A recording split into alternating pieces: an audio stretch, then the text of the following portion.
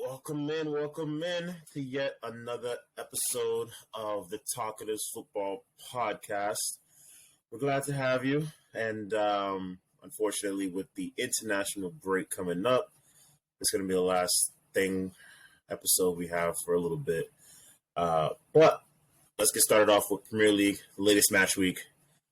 Surprises, match of the week, anything coming out of the week for you guys? Give it to me.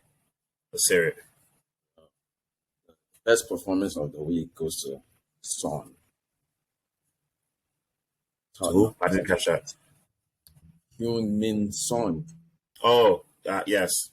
Hat trick in 13 minutes. He has to. And the same week I transferred him out of my team too. I'm so bro. I always have my team, bro, but for some reason it's not. I don't blame you. You know, it's because you still scored second highest points in the league. You lost though, but still. Yeah, that was upsetting, bro. I saw it and I was like, how is this even possible? I scored like 62 points and I still lost. Yikes. Rough. Sometimes it's just not for you, man. This week wasn't for you. But back to Heung-min Son.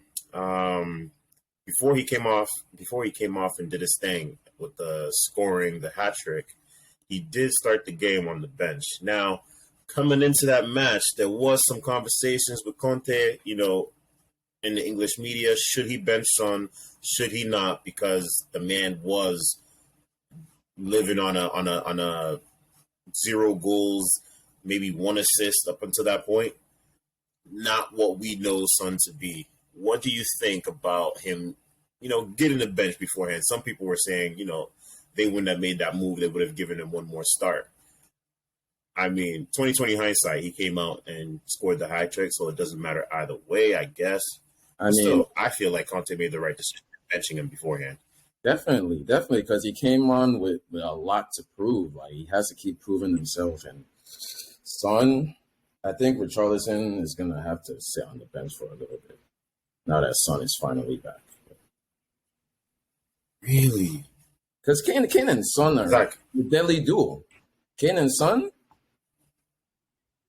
that's like they know each other. Richarlison should be the one coming off the bench, at least in my opinion. But hey, there's enough space for him there. I don't know if I agree, because when I look at Spurs play this season, all the games that they've had, and I know they've been scoring a decent amount.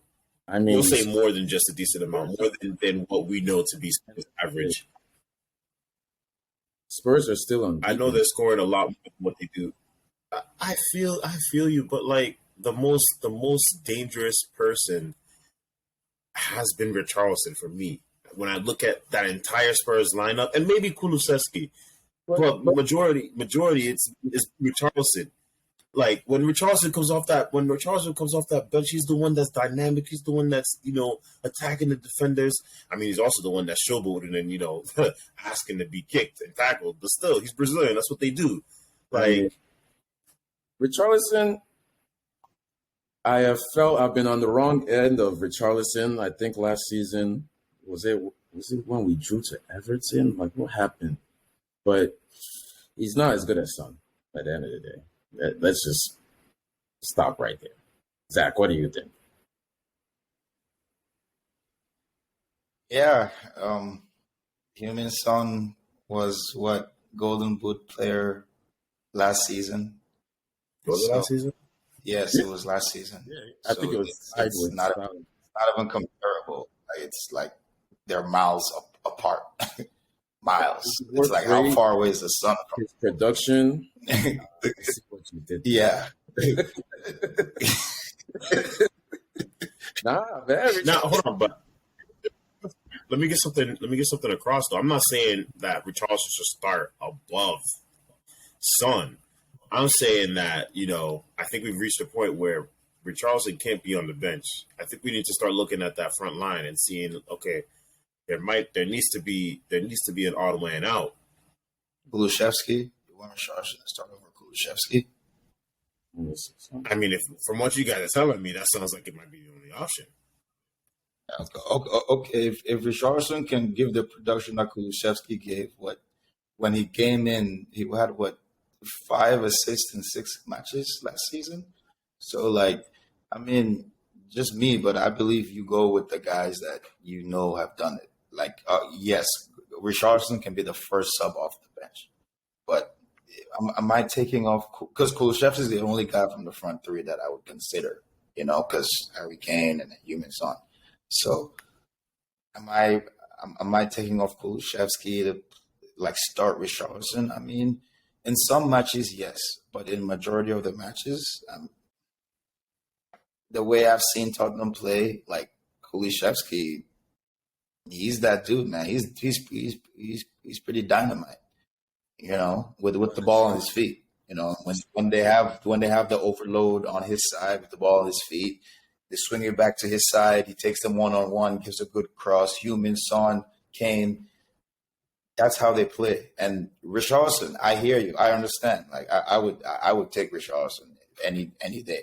But for just the way Tottenham's dynamic is, I think Richarlison gives you that a bigger punch off the bench than Kulusevski. Because what I see with Kulusevski is he needs to work himself into the game. Richarlison is hungry. He would chase down any lost cause. He will fight for anything. He's scrappy and he's skillful, and I love that. But Kulusevski, he's more. He needs a little time, what I'm saying, to get himself into the game. Kind of like Mahrez for like sometimes you need to wake up Mahrez for 70. It takes 70 minutes to wake up Mahrez. But that does not. Calm down. I'm not talking about Mahrez. Mahrez, I'm not. What I'm saying is like I'm saying he's that kind of skillful player, like Ziyech type player, where when he's hot, just keep him there. Just keep him. It's hot Ziyech. Like hot Ziyech is a problem. You said the word again. Don't say that. Just hot Mahrez. When he's hot, just keep him there. You don't want to move him. No, you don't want to put him on the bench, because if there's a little slight dip in confidence, what happens? Production dips. That's what I'm saying. But what I'm saying is Richarlison, he's a better player to come off the bench and produce more off the bench than Kulusevski would, if that makes sense. No, I can see where you're coming from, and I don't know. I guess we're just gonna have to wait and let time play his role and let Conte do his thing. But I guess what I'll wrap up on this by just saying, I mean, I was looking at some of the stats. Last season, Kulusevski had 5 goals, 8 assists across all. That's what I'm saying. He had 5 goals, 8 assists across all of his appearances in the Premier League. How many appearances though? He was only there for half the season. That's what I'm saying. That's not at all. No, I understand that. So I'm taking that into account. It was 18 appearances. But like when I look at Richarlison had 30 appearances, 10 goals, 5 assists. So I'm looking at wait, 3. He did not have 3 appearances for Everton all last season. Richarlison. I mean, Richarlison had 30 appearances. Bro. I don't know what to tell you. Oh, 30 appearances. 30. I thought you said 3. Sorry. No. 30 appearances. Okay. So he had 30 appearances, 10 goals, 5 assists. Yeah. No, I understand that, but like, so that's why I was like, when I'm looking at the stats and I'm comparing it to players, I'm not seeing the difference that you're seeing like that. Like for me, that's pretty interchangeable. In fact, I'll probably be leaning more towards Richarlison, but that's just me. No. That's why I'm saying like you're right in a sense. We are saying the same thing, that they are interchangeable. All I'm saying is I would rather start Kulusevski and then bring on Richarlison for Kulusevski. But I would start Richarlison in some games, like in scrappy European games. You know what I'm saying? But in games where I know we're going to have possession, we're going to be on the dominant side, which is most of the games, I'm starting Kulusevski. But no, I'm actually saying the exact same thing. Yeah. Fair enough. All right, so we'll leave that one there. Any other big hitters from this Premier League match week? It was a pretty weak one. I mean, the only I would say Arsenal, their props, I guess. They beat Brentford. hey man, that's a big deal, bro. Brentford is a top half of the club team, bro. Come on, top half of the table club now. Come on. That's why I'm giving Arsenal their props for beating Brentford. Yeah, that's why. What you said, the energy is different. There's no I guess in what you just said now. I mean, because what do you mean? Like, I'm not gonna heap. First of all, yes, Brentford is looking like a top table team, but okay, that's all I wanted to hear. I don't care about Arsenal. So I'm not gonna be like, oh my god, all right, like, okay, Arsenal, you. That's fine though. I don't care for Arsenal. As long as you give my bees their respect, because they play some good ball. Arsenal is just tough. They look tougher. They just look like, yo, Brentford, we're just better than you, and we're just gonna do this. We're just gonna do what we want. They look like what the Eagles did to the Vikings and the Bills. The same. We're just gonna come over here and do what we want, and you're not gonna stop us. Yeah. So gotta give their props. Yeah. The first game back for Arsenal is home to Tottenham. North London. You know what I'm saying? That's when all will be revealed more. Man, you already saw what lowly man you did to them. I'm sorry, guys. Just a match. Harry Kane is somewhere just right now thinking about Arsenal. Just yeah. I might just be me. I just don't have that faith in Tottenham, guys. Like, I understand who they just put. So, who do you have faith in? Man, put some respect on Tottenham, bro. That as the title race, you can call it a title race right now. I have more faith in Conte than what's Arsenal coach's name? Please remind me. Mikel Arteta. Respect that guy. I have more faith in Arteta because at the very least, Arsenal has been way more consistent in terms of their play than Spurs. Spurs, this isn't the first time we've seen them put a large amount of goals behind somebody this season. I'm not even going to go back in historical. I'm just saying in this particular season. They've already done it, and what did they do? They followed up with the what didn't they lose and didn't they give up goals in extra time and lose that follow up match? Yeah. So I'm like, at this 2-0. This is what they do. Like, what's it? Yeah. Wait. Here's the thing. No. I hear you. I understand everything you're saying, bro. This is not another game for the Spurs. This is a rivalry. This is a London rivalry. Oh, there's a North London. I know you, bro. They have the same amount. They have the same record as Manchester City, bro. You gotta respect them at some point. So don't get to not respect. It's not gonna be another one of those games for Arsenal, bro. Come on, it's a lot because I mean Brentford. That was kind of a London rivalry too, but bro. Arsenal don't see Brentford as bro. They're right. Back to the days of Gareth Bale and what's his name, Alexis Sanchez. Like there used to be some great matchups in this game, bro. So it's gonna be a good game, regardless. Tottenham, Arsenal, always a good game. I won't be surprised to see. I mean, if you, I just don't look at Spurs as a. Even like wait, didn't Conte beat? Yeah, Conte beat them last season, 2-0. So I mean, hey, I'm just saying, bro. You have to at the very least you have to say that this Arsenal squad that we're looking at this season, compared to last season, is tomato. Like not tomato. I'm sorry, it's apples and oranges rather. Well, like it's completely different, bro. Arsenal last season did not have a backbone. this season, they're at least fighting you the entire 90 minutes. Come on. They had a backbone last season. What I would say is last season, from their four defeats out of four, they developed a backbone like that, and that's what I was most impressed about last season. But what I'm saying is, bro, you're only as good as you are. All right, you can only be as good as you are. Yeah, you can develop a backbone, but you're still Arsenal.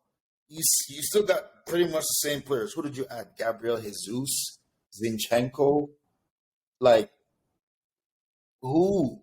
I think Marcus might be onto something though, because Arsenal beat Tottenham 3-1 at home, but then Tottenham won 3-0 at Okay. So it's a London derby. It's gonna be a good game. It's gonna be a really good game. Mm-hmm. I don't know who wins. It's gonna be a good game, but I'm telling you, it's going to be a good game. I think Spurs have that game. Nah, bro. I think Spurs got that game, bro. Okay, so you two. Son go into that game, look across to the other team, and like, bro. Yes, we're the best on this field. Let's go win this. Like, cherry score. Okay. Put a cherry on top. What's the score? Score 2-1. Okay. 2-1. Tottenham 2-1. Shags. And I might go with like a 2-0. Are you really going to get a clean sheet against Arsenal? Yeah, we might. Hey, okay. Now, that's kind of a semi-hot take. Okay. Hot take. 3-1 Arsenal. Thank you. Wait, I forgot the keeper is Loris. That's not that much of a hot take, though. I still think 3-1. He's saying 2-0. That Spurs is going to shut out Arsenal. Okay. I'm saying 3-1. Arsenal is going to beat Spurs. I was going to say this was mid-season. If this wasn't like immediately after in the national break, I'd probably say advantage Arsenal because I don't think are they even in Europe? Are Arsenal in Europe? Yeah, they are. How is it not advantage Arsenal even still? They just got the dub. They went into the break, top of the table. They're coming out, Beat the breaks off of Leicester, whom Arsenal only beat with 2 goals less. They won 4-2. Tottenham won 6-2. I mean, you bring in all of these little extra. That's what I'm saying, bro. At the end of the day, it's going to be a tight, good game. That's why I said 2-1. Fair enough. But don't be coming to me with Spurs and their large victories because if it's any other, it means I'm comparing it to the team. They're 6 people and then lose to a table 3, 4, 5, 6 spots beneath them. So like, did Arsenal not lose to Man U when they were 10th? 3-1. Okay, that bro, we can both teams. There's there. You know what I'm saying? Both teams have their faults, really. Because the same thing you say about Tottenham, I could say for Arsenal. So, yeah, bro, it's gonna be a good game. It's gonna be a good game. We'll see. All right, before we move on and look at the last bit of UCL that was there before this international break. Last thing I wanted to touch on from this last match week, just the Manchester City game. I just want to say that I'm very happy from what I'm seeing, only because that what this is showing me is something that we haven't had the last few years. We actually have, fights. We actually can go down. We actually can go the entire game and have hope that we can not only tie the game, we can come back and, win it. With all this false nine we were playing before, bro, we go down 2 goals. I'm praying to just equalize and go and walk away 1 point. Now I can actually say, hell with it, man. We can go for the dub. So that's all I wanted. That's my takeaway from this week. We have fights. So the season is looking well. The season is looking good. Shags, I'll let you go. You already know how I feel about Haaland, so go ahead. Haaland it's just a cheat code, bro. I think Mhm. the stages of grief. I'm like almost over him playing for Man City. We'll get there one day. Never. But Never. yeah, Haaland is just Haaland's- like who scores a goal like that? Only Haaland, bro. Like who just sticks their leg up and it just goes in outside of I've seen do it. Come on. Those are the only I don't think maybe anybody Lewandowski. in the Premier League do that. Bro, Is there any it's lit. do it? Maybe Harry Kane, No, maybe. no, I don't think bro. Kane is not that fast or athletic. No, no, it's like two Zlatan, maybe Lewandowski, but bro, bro, I don't think Lewandowski is tall enough. that's what I'm saying. That's what I'm saying. Maybe any. He's 6'1", bro. I don't think he's tall enough and has the enough length in his leg. Isn't Zlatan like 6'5"? Yeah, Like, yeah, bro. Haaland is 6'4". They're just different of nature. Haaland is 6'4", Zlatan is 6'5", bro.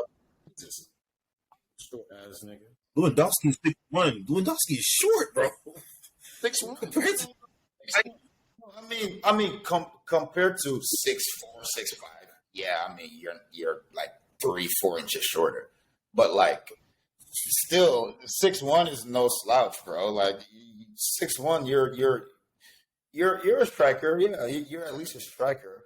Yeah, but when you look at his build, like the reason why we look at Haaland and Zlatan, when you look at Haaland and Zlatan different, they're tall and then their frame, they're just able to go into the gym and build out.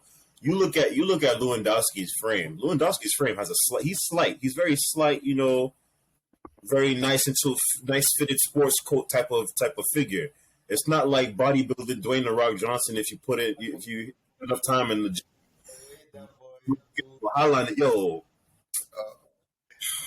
Oh man, yeah, no, yeah. There's only maybe one other player. Yeah, I agree. Okay.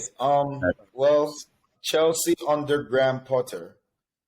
I'm liking it a lot better because what I'm seeing is one noticeable thing. The one noticeable thing is it's like we're playing harder for Graham Potter's system than we were for the system towards the like going towards the ending of his reign. It's like we were giving up easier and easier and easier. But now it's like even when we they equalized, the other team equalized. We had like 6-7 chances to just score and take the lead or go 2-2 up. So that's what I am most happy about because that is what I did not see towards the end of Tuchel's reign. but you were always having those chances, and you just haven't been able to score them inside of Sterling. Not towards the end of Tuchel's reign, brother. No. What? How many chances Havertz missed? No. Look, bro. Look. What I'm saying is it's the amount of chances created. We had chances, but like 2 or 3. We had 7, 8. That's what you need as a top team. You don't need 2, 3 chances. Okay, mind you, there were good chances, but you need 7 to 8 good chances to be a top team. That's what we were missing. And that's what I'm seeing that Graham Potter system is going to give us. Give them more chances. Just give them more chances. That's all I'm asking for. And that's what I didn't see. It's not even that. It's like that Southampton game. Like, I keep going with that Southampton game. That was the worst, like, just attitude I've seen from a Chelsea team in like 4 years, bro. We just gave, dude, to Southampton. We gave up so easily. We had one shot on target. One. No.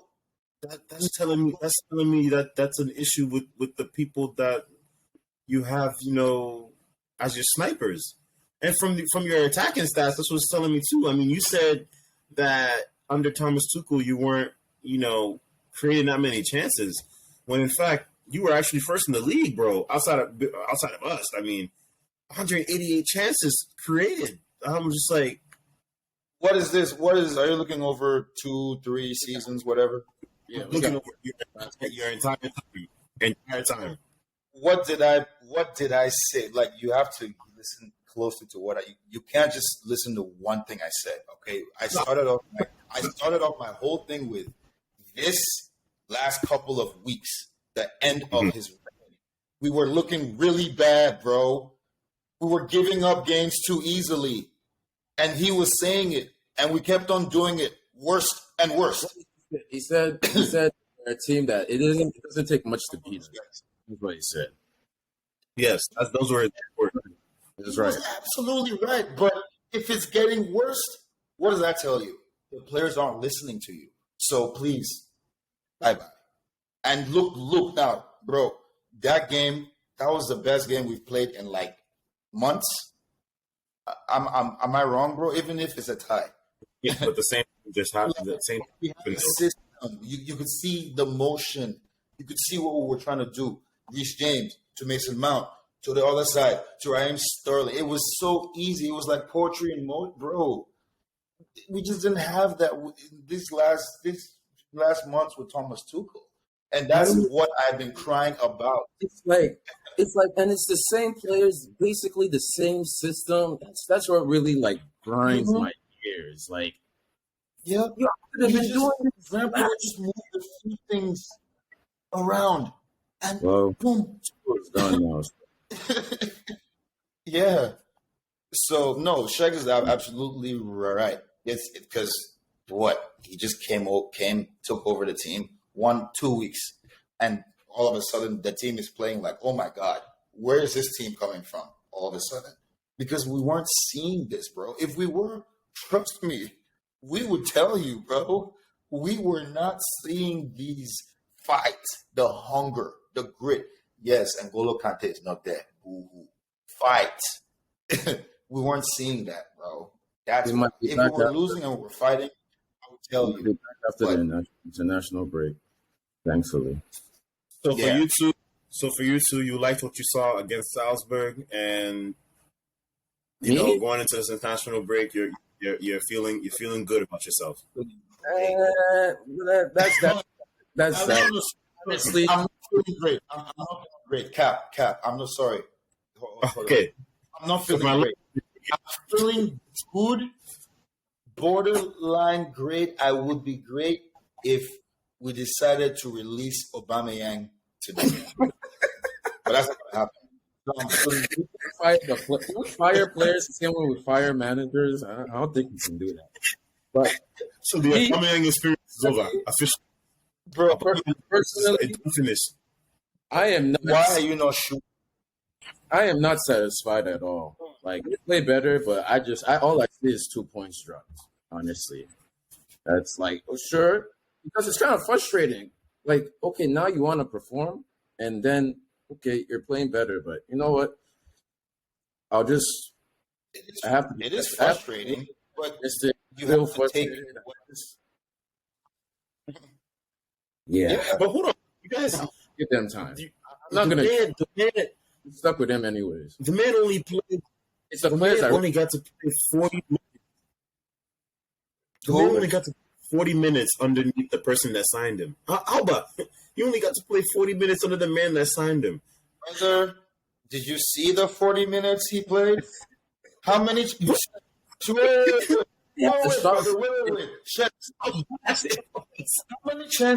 How many free chances on goal did he have in those 40 minutes he played? Would you tell me? Okay, but hold on. We've had a whole season of Jack Grealish after spending the record money we spent on him. Like, my God, it's time to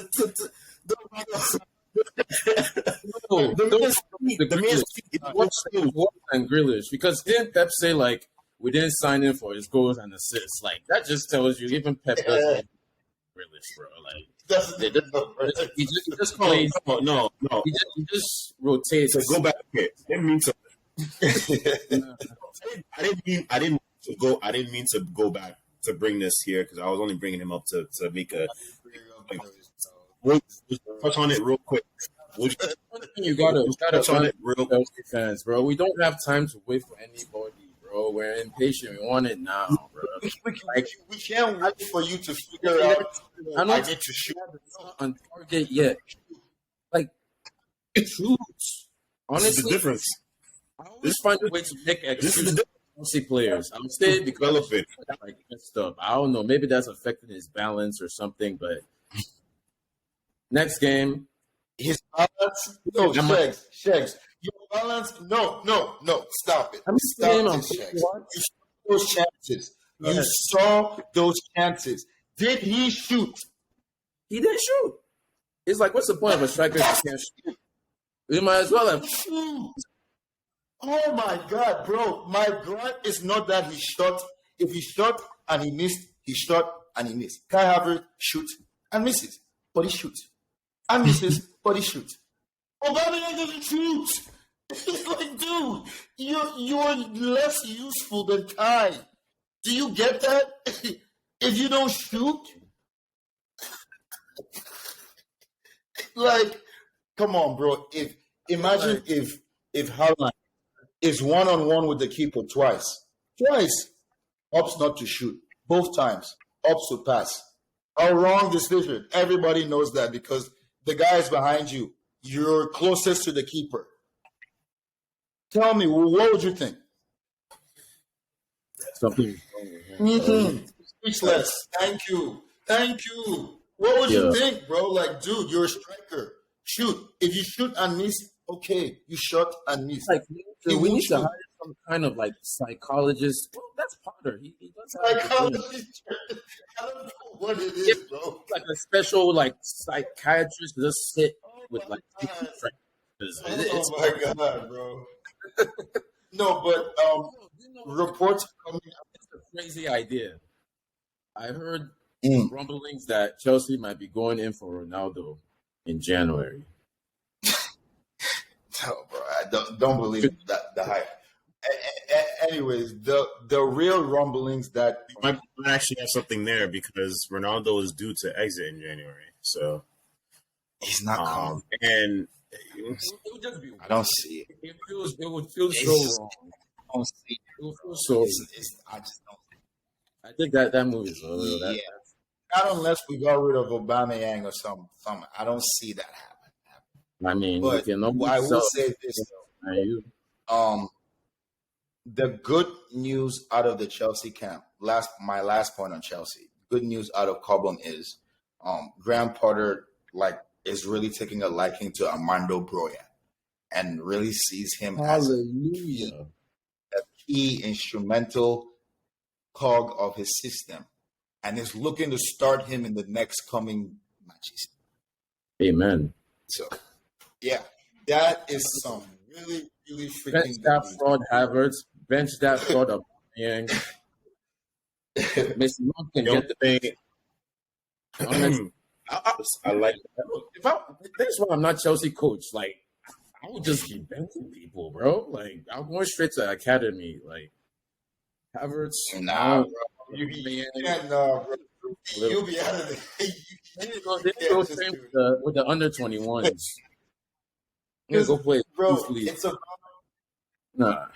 when you look at the bigger picture of the team, right? When you take the team performance, you have to take the team performance in general, and you have to take your attackers' performance in general. That's why you can't just be benching people because you won't get a good sense of who is your best performers for your system. Because once again, not every player up top is performing every system. It's pretty cut and dry up top. So, I mean, Havertz brings something different from Aubameyang and Broja, but exactly. Obviously, a main striker Broja. I don't know. It just seemed a little silly signing Aubameyang now, especially since Tuchel is coming. What have I been saying? What have I been saying? Really ridiculous. Actually, not really when you consider. Oh, go on. Why? No. Why do you not think so? No, because it's only. I would say it's only silly when you consider, when you look at the last 18 months, Aubameyang has been his best, not straight down the middle. It's either from the left or sometimes on the right. So what for me, it was silly that Chelsea went after Aubameyang from the sense that you guys were buying him straight to be a striker. Now, from what I'm hearing, Potter likes Armand. That's what I'm saying. I kind of like the idea of a Sterling, Broha down the middle. You put Aubameyang on the right and see what happens. That's not gonna happen, bro. Where are we gonna put Mason Mount? Is he gonna do what Mason Mount does for us? That's not happening. I said that's your front three. Mason Mount can still slide behind. Where? For who? No. What do you mean for who? That's what I'm saying. Behind for who?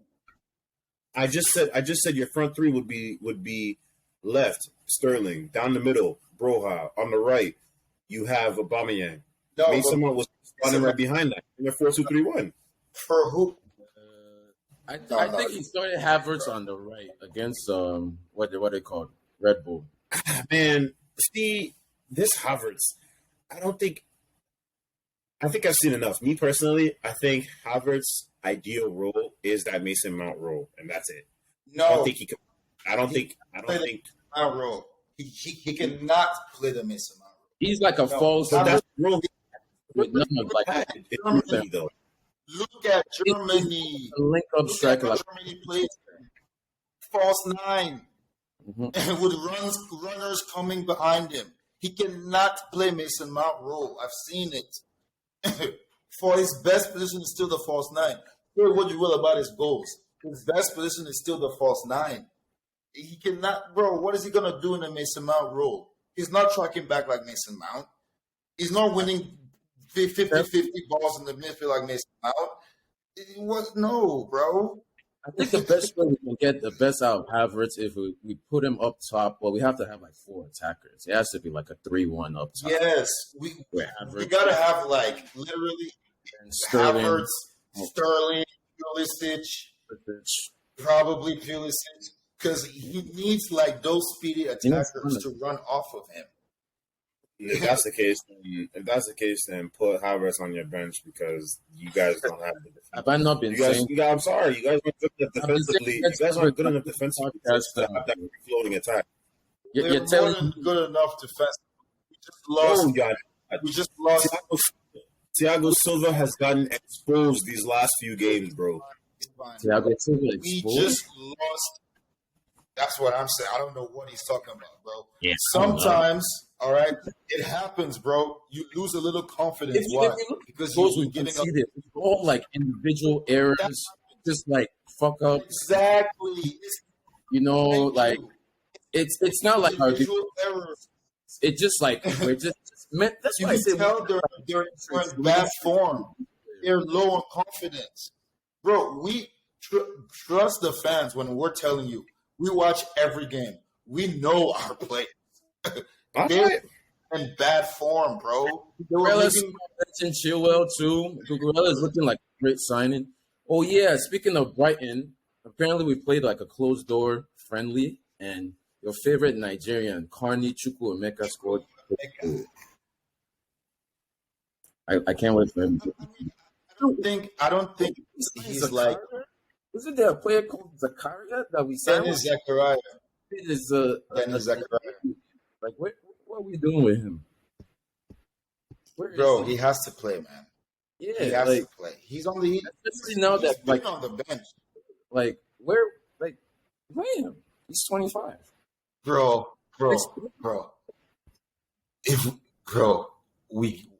We gotta at least try and line up with Dennis Zakaria and Kante in the midfield.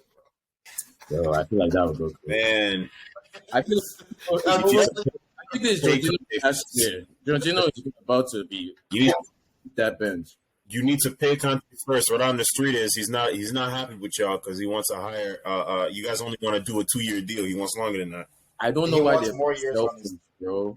Give him all the money. The reason is all the years. Chelsea. We haven't had a good record of signing old players to long-term deals. That's why. So, I mean, this mind you, this is still a new regime. Conte is Our on- history tells you that we give maximum 1+1, like we did for Aspilicueta. No, we don't do more than like 2. It is a new. That was all Yeah. like what was her name? Romance number 2. I always forget how to say her name. What's that lady? Marina Marina. Yeah. Marina. Granovskaya. That was more like that was. I can't say that last name. Sorry, man. Granovskaya. Granovskaya. That's literally, it's so easy. Granovskaya. No, you say the name, but Zach, we all know why you're able to say her name so perfectly. Yeah, Why? Hmm? You did. Why am I able to say this so perfectly? Mm-hmm. It's an easy name to pronounce. Mm-hmm. Skaya. Come on, man. Okay. I think that's a good. I think that's a good spot to move on to our last topic of the day. So, Yes, sir. if, you know, coming off that we just finished talking about UCL, we have to talk about Bayern. You know, they did some good things. You know, beating Barcelona. Wait. Some good things? No. You know, No. they did. I mean, they did some good things in that match. No, they won. I mean, did they? They managed to leave Lewandowski a goose egg on the score sheet. You know, he didn't score. He didn't do anything. Thank you. They did everything. I called that. By the way. They did everything right. Thank you. They did some good things. They did everything right. Go They on. did everything correct. Everything that needed in that match took place. Telling you, bro. Go on. It's like And then we go to the Bundesliga, and Wait. I want to let him finish. Please finish. so we go to the Bundesliga, and they are winless in their last 4. Now we all know what the Bundesliga is compared to other leagues, which brings us to this, topic of discussion. There was some blasphemy said by one of us here on this podcast, not by myself, so that's giving you a little bit of a hint. I'll let you figure out the last 2. But the culprit himself might be able to come out and shed some light on this whole situation. So please, my friend, Zach, come out and the floor is yours. I mean, my friend already said it for all you listeners to hear, all right? I mean, obviously, this conversation is arguable, but where my stance is everything my friend just highlighted, man. How do you come out and make Barcelona look like, I don't know, Cologne on a snowy Sunday, and then you go and lose to Freiburg, and then you lose to another Augsburg? Sorry, Augsburg. I want to just rest Augsburg. Augsburg. Thank you. And the keeper for Augsburg, some big team is going to scoop him up. That was his coming out party. Anyways, bro, these Bundesliga teams are not backing down from nobody. You saw what Dortmund did to Man City. They have my boy wondering if Riyad Mahrez should ever put on a Man City jersey ever again. There's no wondering. If you hear from me, there's no wondering. The Mahrez hate, bro. Yeah, Mahrez's goals really fooled everybody last season. That's all I'll say. But continue. No, thank you, bro. Look, I'm seeing a resurgence in Bundesliga that, like, these teams are coming out fighting, man. They're not backing down to nobody. They're not rolling over for Bayern anymore. I feel like they all just decided because you got. I blame Bayern for this Bundesliga resurgence. But go on. It's been a long time coming. You got Union Berlin unbeaten at the table. We've been down so long. We've been down so long. Well, I feel like it'll even out eventually and Bayern, but I just need Dortmund this time. Like, come on, just win the title. Dortmund, One time. this is actually the perfect thing I could say. Dortmund is Spurs. Dortmund is Spurs. You're not lying. Dortmund is Tottenham. That's it. Okay. The way I don't believe in Tottenham is the way I don't believe in Dortmund. They could have everything going right for them. Yeah. And they will still do wrong. Yeah. Like, it doesn't matter. Like, you see right now, this is the best situation. This is the best situation they've been in. And somehow, some way, we will look at the Bundesliga table at the end of the season, and Bayern will be at the top. I'll be up top. No. You're absolutely right. But my point is, I am putting Bundesliga over La Liga officially today. Officially. bro. League is more, but like when it comes to like Champions League, Europa League, Spain has better teams that win way more. When it comes, well, history says yes. You're absolutely right. That's why it's a hot take. I'm sweating. That's how hot it is. It's kind of hard to respect the league. You don't comprehend what I'm saying, but I'm telling you, It's kind of hard to respect the league where one team has won like what was it, 9 out of the last 10 10 in a titles. row. They've literally won 10 in a row. 10 in a row. It's hard, but I'm saying this They season. don't have 18. It's an 18 team league too, so they play less games. Yeah, they play a lot less games. They have a winter break every year. Yep. They have like a month They break. even sell their coaches to Bayern. Yes. All the best players, all the best coaches, all the best talent. Brian kind of did the same thing to us. So, I mean, I ain't going to Graham Potter is a hot commodity and you just sell him to a team above you. If I was a Brian fan right now, Honestly, I would be fuming. I would be upset. And we played them in a friendly, and we signed Cucurella. Now we're talking about signing Moses Caicedo. Their midfielder. Fuming. Say about that. Well, I'll be calling for the ownership to be stopped. Yep. Oof.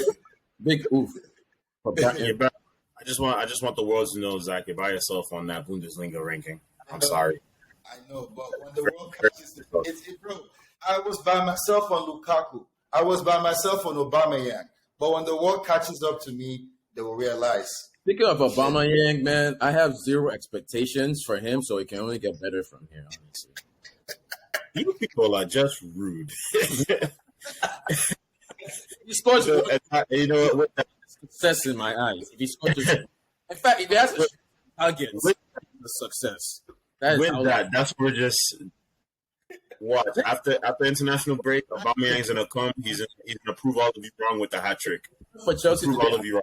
Aubameyang. That's Wait. Even before he scores a hat trick, I would take a nice shot of rum for him if he gets a shot on target. I mean, I'll celebrate, but I'll still boo him at the end because I don't like that nigga. Can we get a shot on target? Like we're begging, like Oliver Twist. Can I have a shot on target, please? Bro, it's sad if we're asking a striker for a shot on target. We didn't have to beg Warner to shoot. Bro. No, he was shooting, but he was just shooting not on target. But he was. So all your fans out there, I'm gonna do y'all a favor. We're gonna end it right here because if I let that go on, they'll continue slandering you. So thanks for doing this episode. We'll catch you guys next time. Oh, man, yeah, have a good.